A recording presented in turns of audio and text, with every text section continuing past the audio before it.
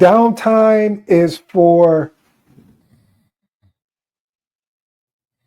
oh, I'm sorry, relaxing.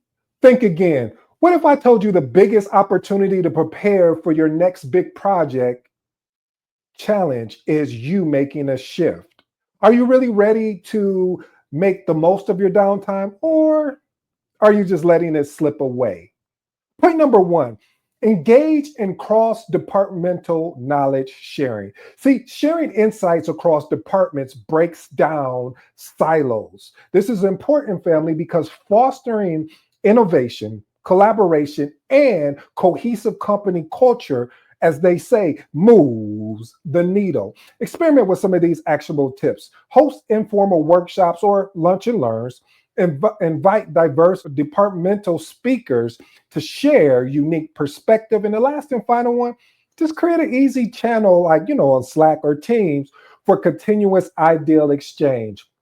Point number two, schedule professional peer reviews. See, peer reviews provide constructive, expert level feedback on your project. This is important because it identifies those blind spots as well as it fosters continuous learning. And then my favorite thing is it builds trust. Experiment with some of these actionable tips. Select knowledgeable peers, conduct unbiased reviews, create structured criteria to guide meaningful assessments, and document and act upon insights gained from these views. Point number three, optimize your project management tools. See, I always talk about your tool belt, your toolkit.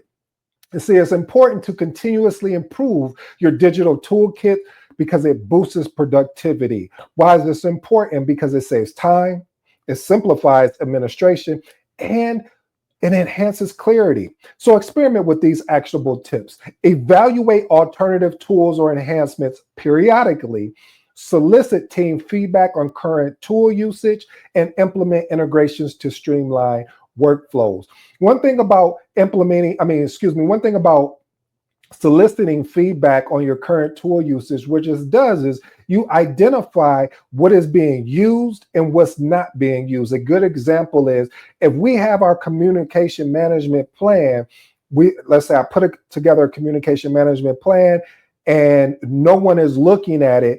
Okay, maybe I need to put it in a place where everyone is going to look at it. So maybe we move it from the SharePoint site to putting it into a team site where they can access it easily. I'm just using it as an example because I see a lot of times you will go and create these artifacts or build out these SharePoint sites or team sites, but then we find out people are not actually going in there to, as they say, do the fishing themselves to pull the actual artifact or the document. Point number four, establish best practice playbooks. Now, I will tell you, in creating playbooks, it captures repeatable and successful practices.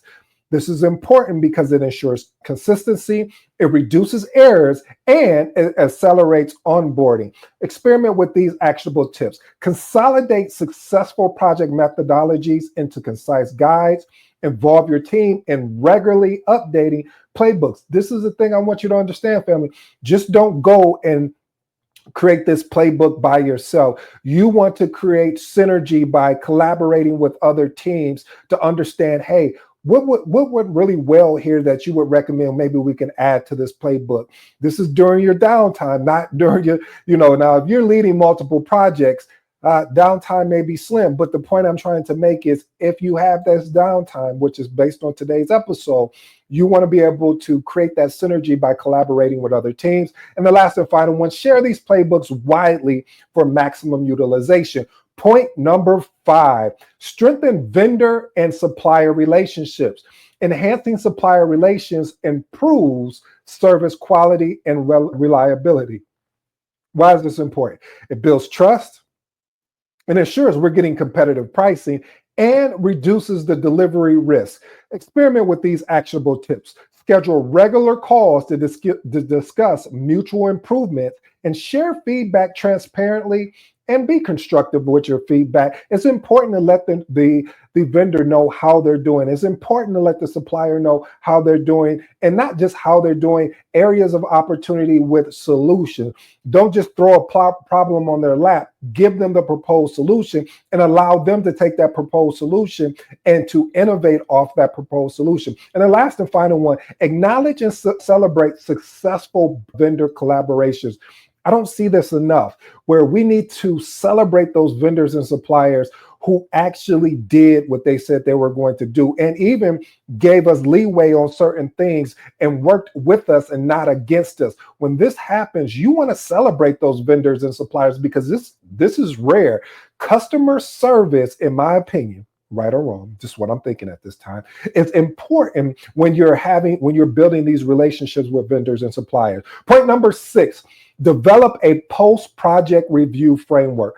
Take downtime to create a structured framework for conducting post-project reviews. This is important because post-project reviews helps identify what went well, what areas for improvement, and contributing to success of the future project. Experiment with some of these actionable tips. Establish a standardized post-project review template, and always be willing to be adaptable. So if you create this massive post-project review template and it doesn't fit the project, and there's certain pieces that you can remove, always keep that agile mindset, as we always talk about. And the next one, collect feedback from all stakeholders and the project team to gain diverse perspective. And the last and final one, document key lessons learned and ensure you share them with your team, and put the lessons learned register in your SharePoint or whatever cloud service that you're using, whether it's Box, whether it's Dropbox, whether it's, you can just name it. Basically, ensuring that it's accessible. Point number 7, strengthen risk mitigation strategies. During downtime, this is the most important time for you. I would recommend, matter of fact, I would implore upon you that you look at your risk register, review the effectiveness of the risk mitigation strategies that are in place. Are we looking at threats, or are we looking at opportunities? This is important because strong risk mitigation plans help minimize impact of unforeseen challenges. This is important, family, because one of the things that happens a lot of times, I've been guilty of it, every project manager, that if they're being transparent with you, sometimes we'll fill out this risk register and then we'll forget to come back. This is why I always say, during your weekly status meetings, ensure that you're putting risk and issues at the top of the agenda. You always want to continue to look at your risk and issues, but experiment with some of these actionable tips. Evaluate past project risk and their impact on timeline and cost, as well as the scope and quality. So we're looking at the triple constraints there. And then update risk response strategies to be more proactive. And the last and final one, ensure that risk owners are clearly assigned, and most of all, family, they are empowered. Point number 8, evaluate project deliverables against objective. Use downtime to ensure that project deliverables align with original objectives and client expectations. This is important because staying aligned with objectives ensures project is on track to actually meet the stakeholder expectation. Experiment with some of these actionable tips. Review the project scope statement and objectives to ensure alignment. Compare the project deliverables with the defined objects and outcome. Communicate any deviations from the objectives to the stakeholders. Well, family, it's your turn to take action. Remember, downtime isn't a luxury. It is a strategic advantage. Next time you find yourself at a moment, pause. Don't waste it. This is your opportunity to prepare, strengthen your skills, refine your strategies, and build your foundation for success. I got 2 questions for you, and then my final thought. How can I use this time to improve my project management? What actions can I take right now that will set me up for success in the next phase? Here's my closing remarks. Don't wait for the perfect moment to act. Take action now. The projects of tomorrow are shaped by the decisions you make today.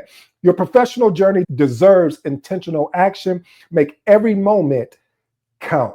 I go by the name of ED. For all you smart and intelligent folks out there, hey, listen, that just simply means Ed. Until next time.